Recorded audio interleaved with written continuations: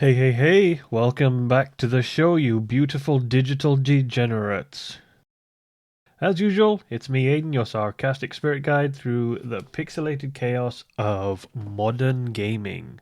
And today we're diving headfirst into the absolute bangers, brain melters of 2025 so far, as we've hit pretty much the halfway mark. So grab your overpriced energy drink, mute your team full of 12-year-olds on Fortnite and COD, and settle in because I've played some good shit, and now I'm here to make sense of it all, with just enough profanity to keep it spicy. So let's fucking go.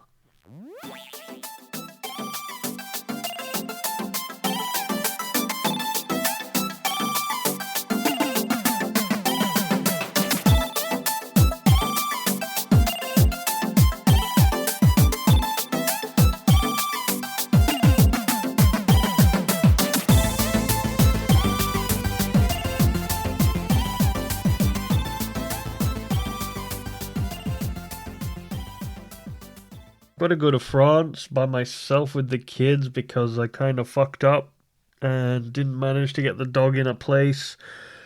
A friend of mine was supposed to look after her, and then he decided to set his house on fire with a dishwasher or something. Well, he didn't set his house on fire. I think his rats chewed through his dishwasher plug and set that on fire. So, yep. So when he pulled it out, he has a gas leak now. So yeah, I have to go alone with the kids, and it's gonna be a fucking nightmare. But never mind.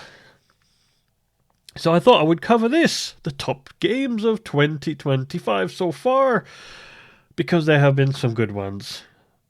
Despite all the layoffs and everything else, it's not the end of the world.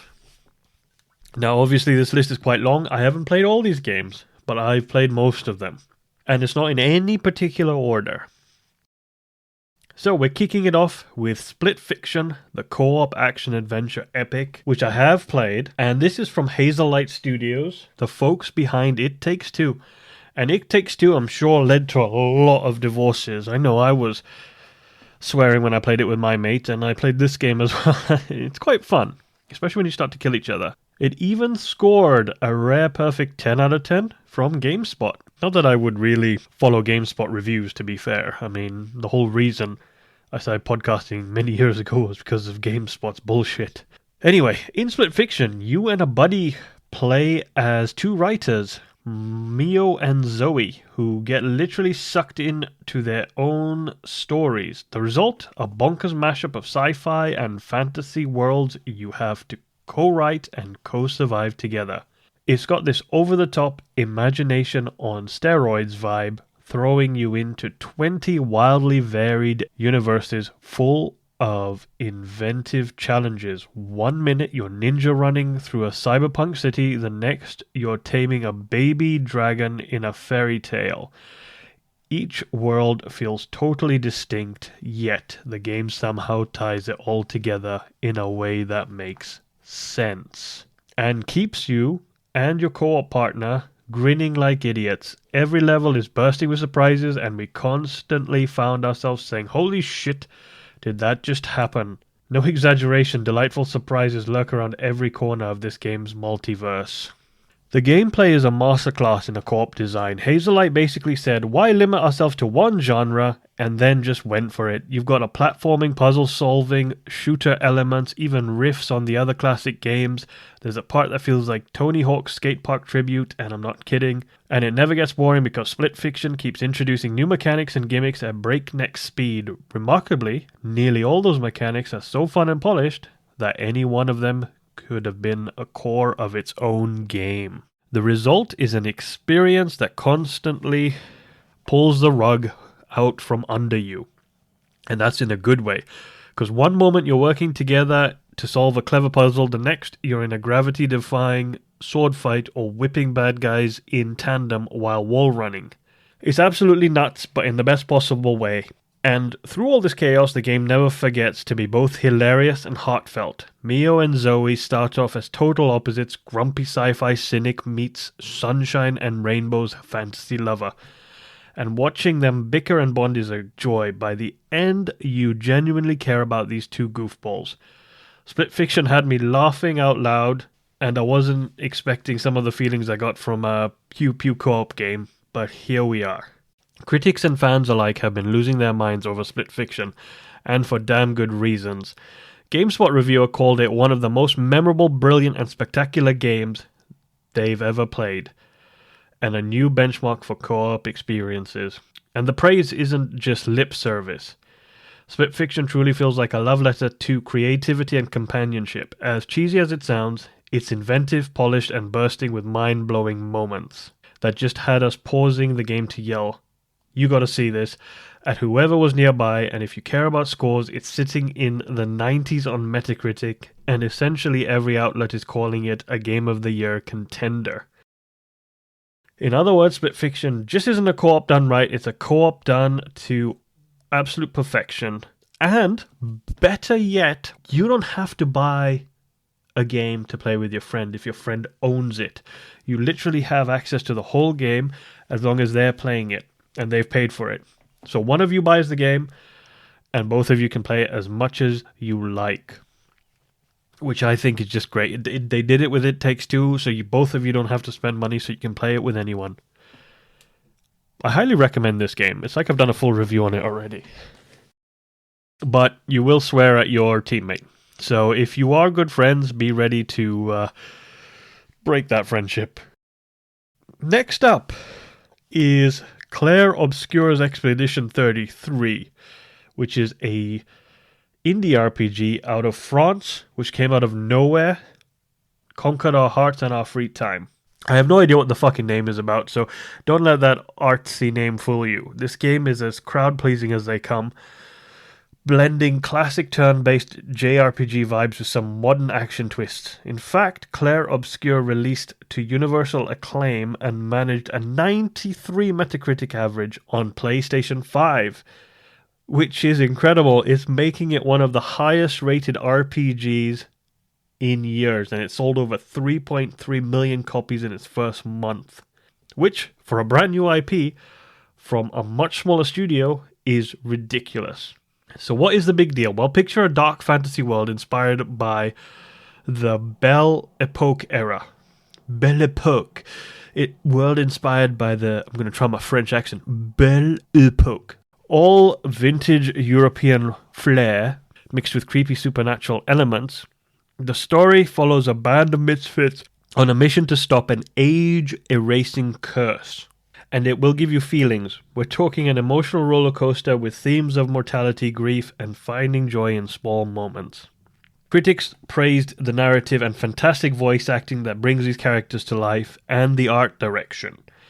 The game is beautiful, like stop and stare beautiful. One reviewer described the visuals as dreamily intoxicating, and I can't top that praising. Every area looks like a painting, and the whole atmosphere just sucks you into this melancholic, magical world. But the real star of Clair Obscur is the combat system, which somehow makes turn-based battles feel fresh and exciting again. The developers clearly love old-school JRPG combat, like Final Fantasy X style turns, but they spice it up with real-time elements, which makes it much better, because I didn't like that just hit, step back, hit, wait. So you can dodge and parry enemy attacks during the opponent's turn. That's an example of what you can do, and it sounds crazy, but in practice, it works smooth as hell, pulling off a perfectly well-timed parry in the middle of a turn-based fight. Countering a boss's attack like a From Software game is deeply satisfying. Obviously, not quite as satisfying, because parrying From Software fucking bosses is hard in some of their games. Press and player reactions have basically been, why has no one ever done this before? The combat is a hit of adrenaline in an otherwise strategic framework. You have to plan your moves and manage ability points like a normal RPG, but you also stay on your toes, and those real-time moments, it's the best of both worlds, brains and reflexes. One critic called Clair's Obscur a hyper-stimulating take on a genre once deemed too slow and stale for the HD era, which in turn makes it a fancy way of saying it reinvigorates the JRPG formula with action elements. which I totally agree. After playing this, other turn-based games feel downright sleepy. Not Baldur's Gate 3, though. That game, still special place. And apparently, I'm not alone. The game achieved the highest Metacritic score of all time as of May 2025. So not only did critics love it, but players are raving about it too, which is truly a rare alignment of the stars. Between the heartfelt story, gorgeous art, and innovative combat, Clair Obscur has cemented itself as a modern RPG classic. It's one of these games where even industry legends took notice. Hideo Kojima, Neil Druckmann, Ken Levy, they all gave it a shout out. Not bad for a debut title from a 30-person studio. So if you've been craving a JRPG that feels both comfortably familiar and excitingly new, this game should be at the top of your list. Just be prepared for it to consume your life for a while in the best way.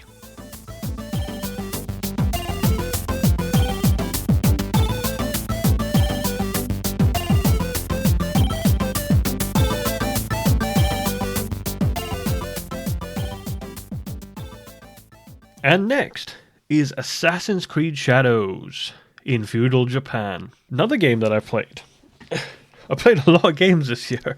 I just haven't talked about many. This is what fans have been begging Ubisoft for years. And with Assassin's Creed Shadows, they finally delivered. You play as not one but two protagonists. Naoe, a shinobi assassin who's stealthy, parkour, total badass, and weak as fuck. If you don't sneak up on enemies, you will get ruined. And Yasuke, who is an African samurai inspired by a real historical figure. He's also a tank, and he hits hard. That's right, Assassin's Creed Shadows went there introducing the series to the first black samurai, which is bold, but also pretty awesome. Together, these two lead you through a gorgeous open-world Edo period Japan full of warlords, temples, and cherry blossoms. And, of course, things to stab and kill. Beautiful looking game. Let me tell you, sprinting across pagoda rooftops and swan diving into sakura trees feels great.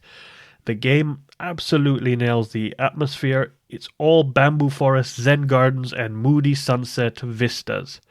Basically, a Japanese woodblock print comes to life. Fans who have wanted to live out their ninja versus samurai fantasies love this. And frankly, so do I. Gameplay-wise, Shadows skillfully blends the classic Assassin's Creed formula with some much-needed tweaks. You can either like this or hate it, because what it's done is it's taken the basics of Assassin's Creed and Valhalla and kind of trying to merge them together to try and make both sets of fans happy. Which obviously doesn't work usually. And I don't think it's worked here either. Because I love the mix element, but there are a lot of people who don't like it, but I think it's good. On Naoe's side, it's all about perfecting stealth, crouching through tall grass, doing kunoichi things, using a grappling hook to swing between rooftops. It's taken a lot of inspiration from Ghost of Tsushima, which is good. It hasn't copied it. You can tell where it's taken its inspiration from, though. And the stealth and parkour feel refined and smoother than ever, especially in Naoe's missions. Meanwhile, Yasuke's segments let you go ham with swords, spears, and raw strength. Which is great. If you want to play both sides, that's it. You can go in as a tank or as a stealth ninja. The dual protagonist design means you can approach missions from different angles. Literally. Critics have noted that this bold approach, and this gives each character unique skills that complement the other. It's a bit like having two games in one, a silky stealth platformer and a visceral samurai brawler. And you swap between them as the story demands. And the open world isn't just pretty, it's more dynamic than past Assassin's Creed titles. You have season changing, so we finally get winter with snow, and let me say that the footprints look good, and snow acts how snow should. I made sure of this, I tested this. And vantage points now work differently. They don't just magically mark all your map junk. Instead, they just let you scout logically. And you even have to gather clues to locate targets rather than follow a GPS marker. So you actually have to use your brain in an Assassin's Creed game. And it's a welcome change. that adds immersion without going full hardcore. Shadows does feel like a classic Assassin's Creed 2 to Revelations era in terms of stealth, but with a more modern quality of life and no tailing missions, which was really good. It's easily the freshest series has felt in a long time. Now the story, because Assassin's Creed stories are hit or miss. I'll be real, Shadows doesn't have the best narrative in the franchise. There are definitely a few ha moments, and the villain isn't exactly an Ezio caliber antagonist. That said, the personal arcs of Naoe and Yasuke are pretty compelling, especially Yasuke since his inclusion stirred up some controversy among edgelords online. Apparently having a black samurai in fiction was too woke for some trolls. But honestly, Yasuke's presence adds a fresh perspective and the game addresses the cultural outsider angle in a thoughtful way. The devs clearly did their homework on Japanese history and also on Yasuke's real legend. So story hiccups aside, Shadows still delivers those epic historical moments Assassin's Creed is known for, with a twist. Plus we can talk about how fun this game is. Stealth is really good thanks to Neo's new tools. She can even hide in shadows, literally. It's in the title. And action fans can get their fill with Yasuke's bombastic combat and the ability to duel basically anyone who looks at you funny. With millions of players jumping in, it had over 3 million players in the first week. The community buzz was huge, and by April it was actually the best-selling game of the year, only behind Monster Hunter Wilds, which, spoiler, we're going to get to soon. So if you've ever fantasized about being a ninja or samurai, which everyone has, right? Assassin's Creed Shadows is your wish fulfillment that you've been waiting for. It's not perfect, but it is a thrilling open-world adventure that finally takes the franchise to the long-requested land of katanas and shoguns. And trust me, you'll be too busy doing cool ninja shit to care about a few story stumbles. Ah, yes.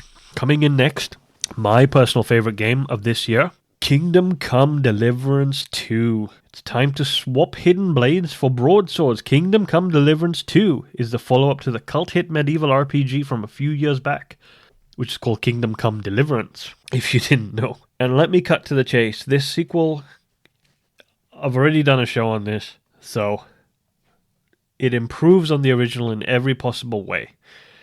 It's the difference between a well-forged sword and a master-crafted one. And unlike medieval weaponry, this game doesn't miss because it's sitting around on an 88 metascore and has fans singing praises from the battlements. And the reason it doesn't have more than 88 is because it is a difficult game. It can be very difficult and you have to be very patient. If you played the first game, you know it was an ambitious, if slightly janky attempt to make a realistic medieval life simulator RPG. And the sequel takes that foundation and polishes it to a shine. The open world is bigger and more polished, quests are more engaging and less buggy, which is great. And the combat is vastly improved because the original swordplay felt weighty and authentic but could be clunky. Now it's buttery smooth and still realistic. The developers managed to streamline the combat controls without losing depth, so every duel feels intense and tactical, yet more fluid than before. Swords clanging, shields smashing, arrows whizzing by, it's all incredibly immersive, and if you're not into blade to blade, they expand the arsenal with more weapons, including blunt weapons, that actually feel different to use. Cracking a bandit's skull with a mace is grimly satisfying, and I love doing it. So what sets Kingdom Come Deliverance 2 apart is its commitment to medieval realism combined with player freedom. It's still that hardcore historical RPG where your choices really matter. Maybe even more so now. You can approach quests in multiple ways: diplomacy, trickery, stealth, or good old violence, and the game will dynamically react. I drunkenly brawled with some troublemakers in a tavern, as one does, which spiraled into a whole chain of events involving a hangover, a missing sword, and a very angry local lord. None of that was scripted. It was just the sandbox system colliding with my poor life choices. And that's the beauty here. emergent gameplay, the quest design now encourages you to get creative. The devs ironed out the frustration points from the first game, so no more save scumming nightmares thanks to its revamped save system. I say that. Basically, every time you want to save, you have to get drunk, which is incredible. And then you can get addicted to alcohol. That's a whole other thing. So the game is like real life. 1 minute you're reading a handwritten letter to glean some clue. And yes, literally, literacy matters if you bothered to learn it in-game. The next, you're in a chaotic battlefield that is confusing and brutal as actual medieval combat. It's not easy. The game will kick your ass if you run in swinging blindly. But it is fair, and when you master the systems, it is rewarding. This sequel also added a bunch of quality life touches, a more intuitive map, better inventory management, and mercifully fewer tedious chores. It's like the devs took a laundry list of player feedback from game 1 and checked almost every box. Right, onto a game I have not played, but I have to talk about it. I fucking hate this franchise because the first I don't hate it. You know what? That's not true. I don't hate it because I spent 100 hours playing the first fucking one. Elden Ring, Nightreign. When From Software announces a new Elden Ring thing, you bet your ass the game world pays attention. And this is a standalone spin-off set in the Elden Ring universe, and it's basically a co-op Souls-like. So it's like they distilled the hardest mode, most intense bits of Elden Ring into a new game and said, hey, let's players suffer together this time. The result, a faster, more aggressive take on the Souls formula that's tuned for 2 to 4 players co-op. You can finally die together with friends. Dreams do come true. Now, some fans were definitely skeptical. A roguelike-ish co-op Elden Ring sounds almost sacrilegious. But it actually seems to work in its own weird way. It trades the vast open world of its original for a tighter run-based structure, about 30 to 45 minute runs through an area, and it cranks the pace up to 11. I'm talking sprint like hell, kill or be killed. The gameplay loop of Nightreign goes like this. You and your comrades drop into a cursed region. You scramble to gear up and kill as many monstrosities as possible before a literal death storm closes in. It's part boss rush, part battle royale. A wild experiment from Software. You face waves of familiar enemies and some new monstrosities, all while the timer ticks down and a deadly blue flame circles around you and shrinks. The urgency is constant, unlike regular Souls games where you're carefully inching forward.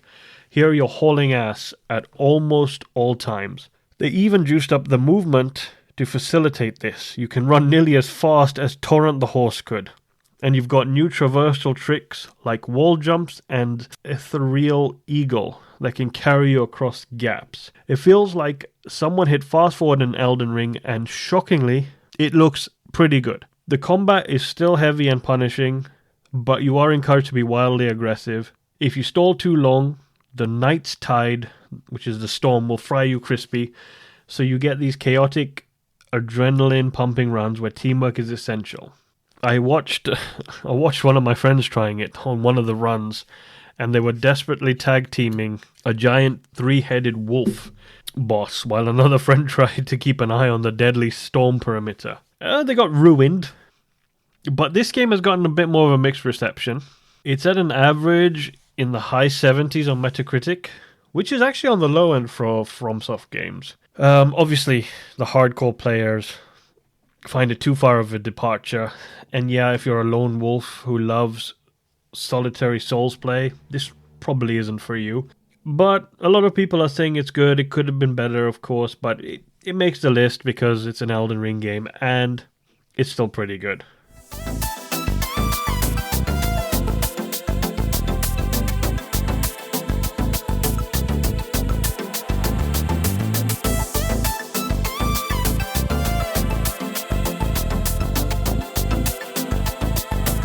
Right, next one is Death Stranding 2 on the beach. I have played the first one. I will say, when this came out, I bought it on PC to give it a go, and the first one was a great game. I don't have a PlayStation 5, but this definitely makes a list. Hideo Kojima is back to his old tricks, delivering a sequel that somehow is even weirder and more ambitious than the first Death Stranding. Death Stranding 2 on the Beach, which will come to PC soon, but it's currently on the PlayStation 5 only, picks up with Sam Porter Bridges' saga and cranks it up to a new level of what the actual fuck. Now, I know the original Death Stranding was divisive. Some people bounced off the Amazon Prime Simulator vibe. Others, like me, to be fair, found it strangely meditative and moving. Nice, slow walking simulator. Well, Death Stranding 2 seems to have won over everyone who has decided to play it. It's got an average score of about 90 on Metacritic. And even Kojima himself has expressed satisfaction, saying, "I'm happy with the scores, thank you." Yes, the man who worried the game might be too likable and almost sabotage his own project is actually pleased, and he should be. Death Stranding 2 is being hailed as a masterpiece of storytelling and designed by many outlets. It takes the unique traversal narrative gameplay of the first game and expands on it in a brilliant way. Imagine everything you loved about Death Stranding 1. The haunting landscapes, the connection between players, the crazy sci-fi story, and refine it. Then add a bunch of new mechanics that make delivering packages in the apocalypse even more engaging. From a gameplay standpoint, Death Stranding 2 introduces more flexibility in how you travel and connect, which was a problem in 1. There are new vehicles and refined tools for terrain navigation, climbing, building infrastructure, and yes, ladder shenanigans are improved. They've also doubled down on giving players choices. Stealth is more viable if you want it. Combat has been tuned up if you really insist on shooting those BTs. And the social strand system, and this is for you who don't know, where players used to help each other in the other games, is deeper. But it's still fundamentally a game about delivering cargo, which is unexpectedly fun and meaningful. Although the story, because I've watched playthroughs of this, if you thought the first game was trippy, On the Beach dives into the bigger themes of life, death, and the cosmic beach that connects them. Yet out as landish as it gets. This is Kojima after all. Played all of his games through the years. And some Metal Gear Solid 2, I'm still wondering what the fuck happened at the end of Metal Gear Solid 2. And that was how many years ago? I'm looking forward to this coming to PC. I can't wait to play it. It's one of those rare sequels that not only lives up to its predecessor, but actually surpasses it.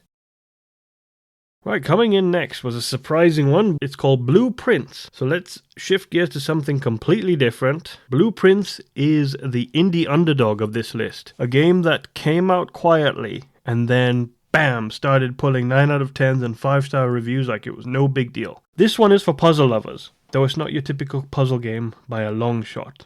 Blueprints is kind of a genre blender, part escape room, part roguelike, part strategy, all wrapped up in a mysterious, shape-shifting mansion. The premise is a delightfully odd. You're set to inherit a sprawling manor, but only if you can reach the mythical 46th room hidden deep within its walls. Oh, and the mansion reconfigures itself every day because, of course, why not? You gotta earn it with your brain power. Each run has you exploring the manor's rooms, which you actually draft and place like tiles as you go. It's a bit like a board game. You're effectively building the level layout from random room pieces, corridors, dead ends, special puzzle rooms, whatever, trying to create a path upwards to a goal. Meanwhile, you have a limited number of steps and various puzzles and obstacles to overcome with certain rooms. The kicker is that every time you run out of time or leave at night, the house resets and changes, presenting a fresh challenge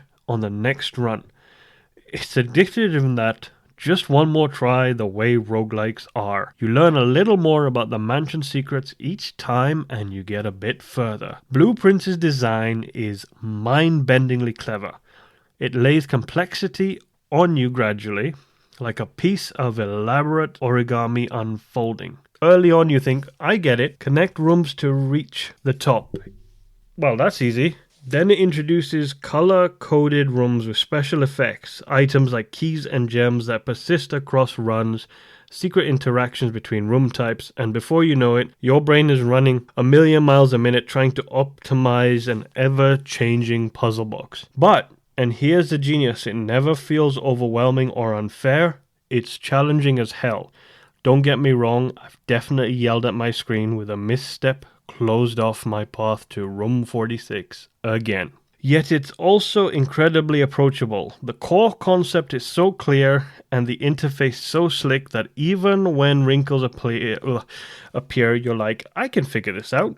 And critics have been gushing over blueprints, and puzzle fans are basically in love. People praise its design for being super deep without ever becoming convoluted, which is a tough balance to strike, but Blueprints walks that line beautifully. The game's also dripping with atmosphere.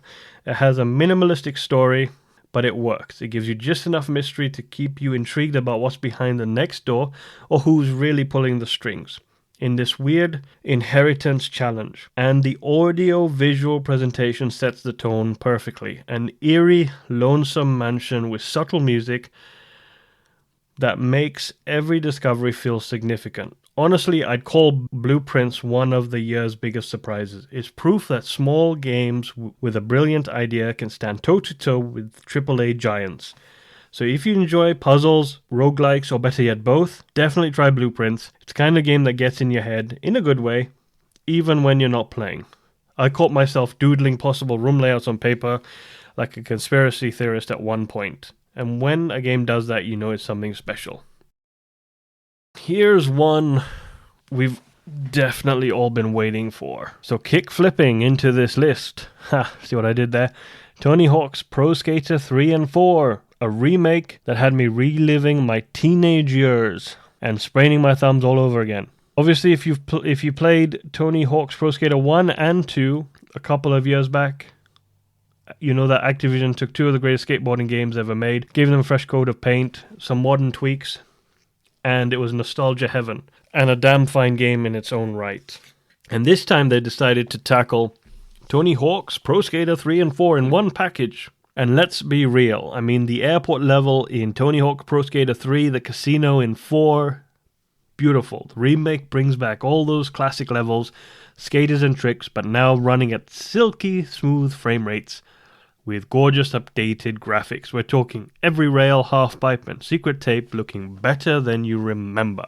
Because let's face it, it looked like shit on the PlayStation 2. The controls have been modernized too, but very subtly. They keep the feel of the originals, and it's still that perfect arcade skating physics where you can manual a combo across half the map if you've got the skills and the stats. Simply put, virtual skateboarding has never felt better. That being said, it's definitely not 100% perfect. It's got a few quirks. The big one is some odd decisions in the career mode in the originals. Pro Skater 4 moved away from the 2-minute run structure to a more open-ended goal system. The remake does some baffling shuffling around of how goals and progression work. Some goals got merged or changed in ways they had purists scratching their heads. It's not game-breaking, but it is noticeable if you're intimately familiar with the old games. So basically, someone at Vicarious Visions, who were the developers, decided to tinker where tinkering wasn't needed. They rearranged the mixtape track order at a party for no reason. But beyond that, it's Tony Hawk 3 and 4 as you know and love.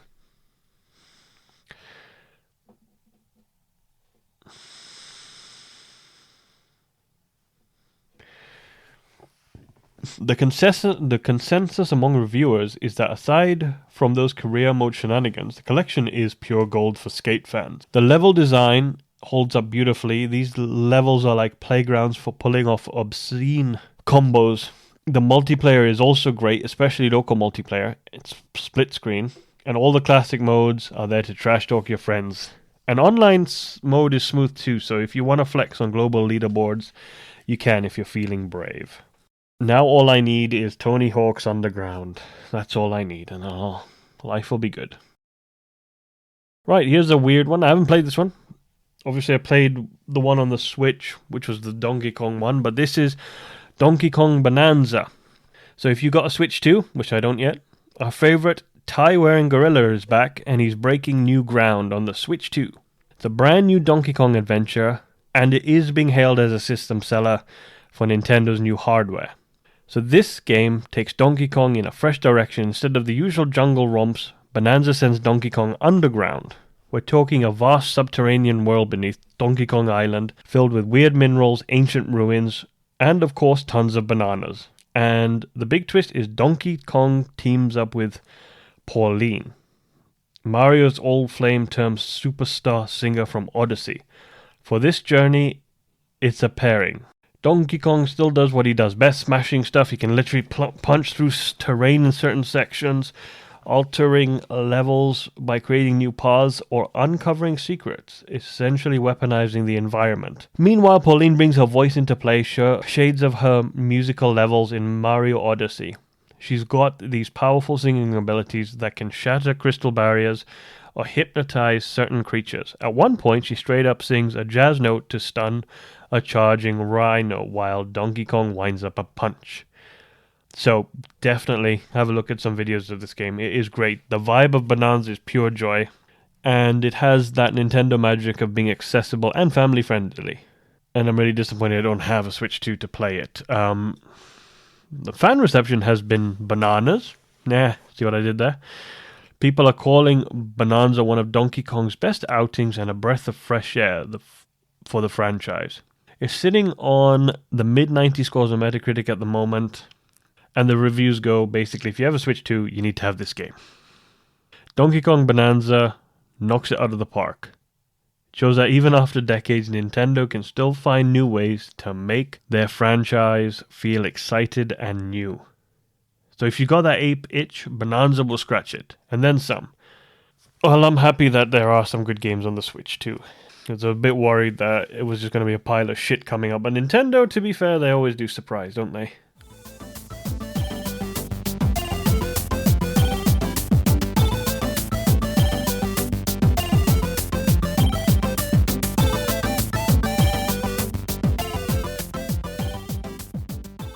And now we talk about Doom the Dark Ages.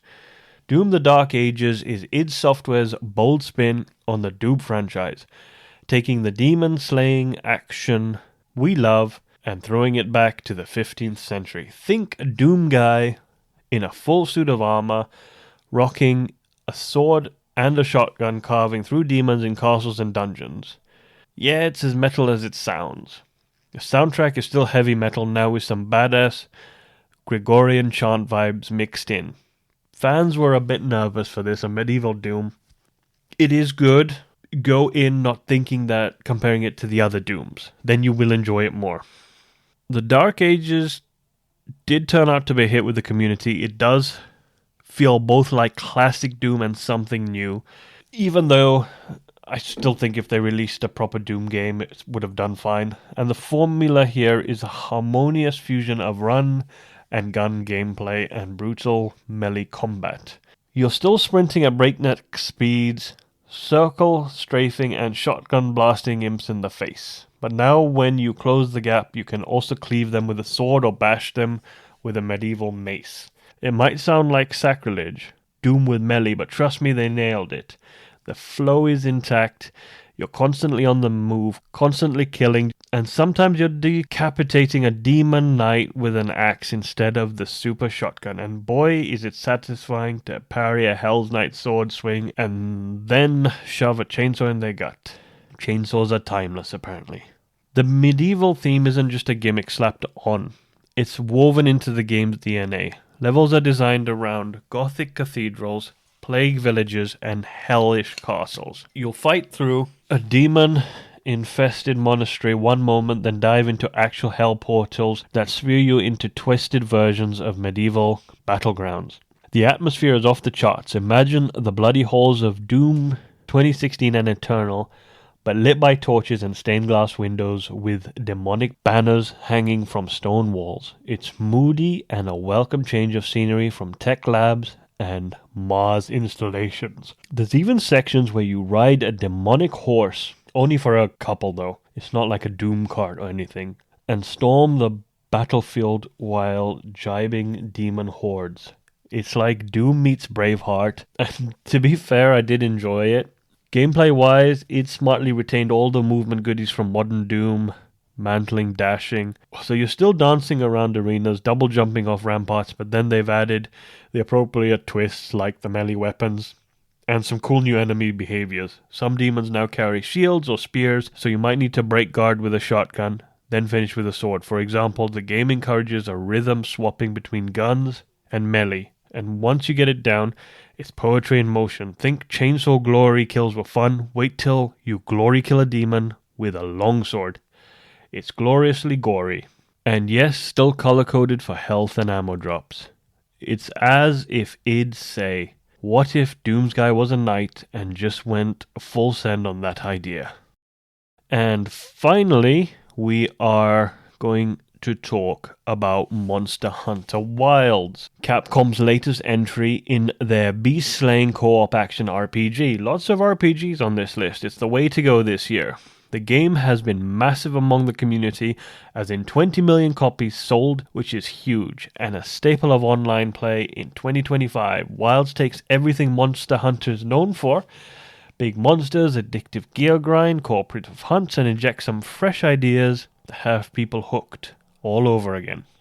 The headline feature is a dynamically changing ecosystem. Capcom basically said, what if the world itself was the biggest monster? Not literally, but rather they implemented a full-on weather and season system that significantly affects gameplay. The Forbidden Lands region in Wilds has a day-night cycle, seasonal cycle, and random weather events. And these aren't just for show. For instance, during the dry fallow season, resources are scarce and some predators band together in packs to survive. But come the stormy inclemency season, monsters get ultra aggressive and roam further from their lairs. Then in the lush plenty season, who the fuck came up with the season names? There's an abundance of smaller wildlife and monsters chill out a bit. In practice, this means every hunt is a bit more unpredictable and immersive. You might plan to fight a Rathalos, but then all of a sudden you get a sandstorm and now it's harder to see, and a normally docile monster is riled up and crashes the party. Or maybe you're hunting a water creature and an unexpected drought lowers water levels, giving you easier access. It's dynamic and it keeps you on your toes. It really makes the world feel alive, not just like a static backdrop. Capcom's basically turned Monster Hunter into a bit of a nature simulator.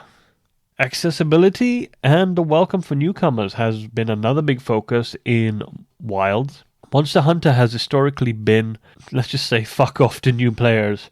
And Wild addresses this with much better onboarding experience, like a proper tutorial that actually doesn't suck, and more flexible gameplay options. You can now tailor hunts to your style. Want a chill gathering session without big monsters up your ass? Yeah, there are expedition modes for that. Want to tackle a giant beast but short on time? There are shorter hunt options with scaled down monsters. It has been pointed out that Wilds is definitely more welcoming to newcomers thanks to these tweaks. But they haven't dumbed it down. The hardcore loop is still there and arguably better than ever. Combat has been polished to a fine sheen. Every weapon has new moves and quality of life improvements.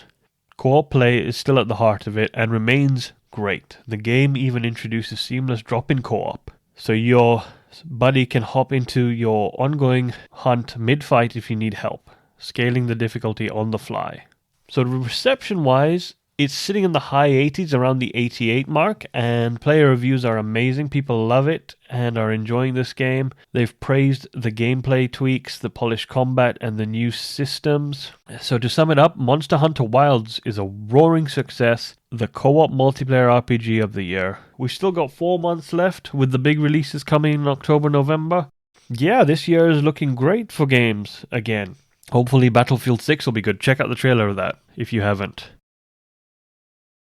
So there you have it, a rundown of some of 2025's top games so far, and we've had everything from co-op masterpieces that redefine genres to indie games that came out of nowhere to steal our hearts. It's been a hell of a gaming year, and the best part, each of these games offers a totally different flavor, whether you want to laugh or cry on the couch with a friend, slay beasts with buddies online, or skate, puzzle, sneak, slash, and shoot your way to bliss. If this is the level of quality we're getting in 2025, cannot wait to see what the rest of the year has. Until the next episode, everyone, happy gaming. Don't forget to take a break occasionally. And also, don't forget to subscribe to the show. Give us that 5-star review, because that's important. And yeah, till then, have a great week, everyone.